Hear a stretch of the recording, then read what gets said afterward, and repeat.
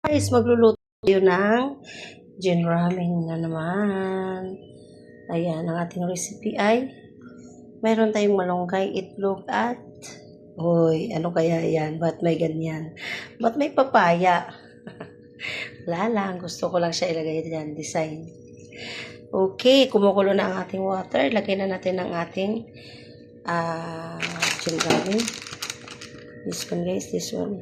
Yan, ilagay na natin ang ating noodles.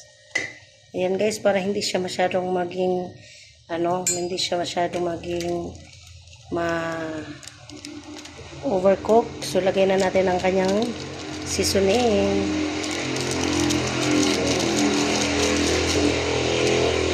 Kung nagluluto ng gin ramen guys, naglalagay ako ng konting asukal.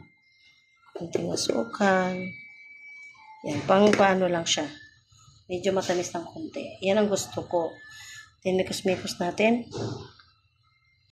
Ilagay natin yung ating egg na minikos-mikos.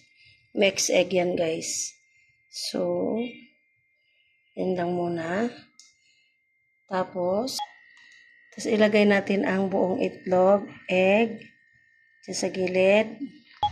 Tapos isa pa ulit guys, isang egg pa. So, bali 3 egg na yan. Diba? Oh my goodness. Mix natin yung konti.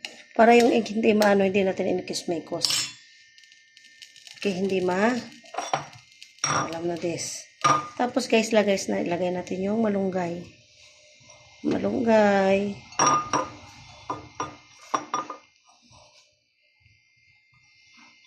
Ang ating malunggay.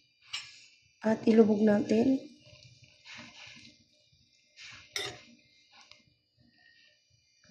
At ilagay na natin ang kanyang mix na mga vegetables din. Ayan. Yung palasa. Tapos, inikos-mikos natin ng konti. Ayan. Tapos, patayin na natin, guys. Ready to eat na yan, guys. Ayun, ang ating gin ramen. Off. Ayan, guys. Takpan na natin at ready to serve na yan, guys. Thank you. Thank you for watching.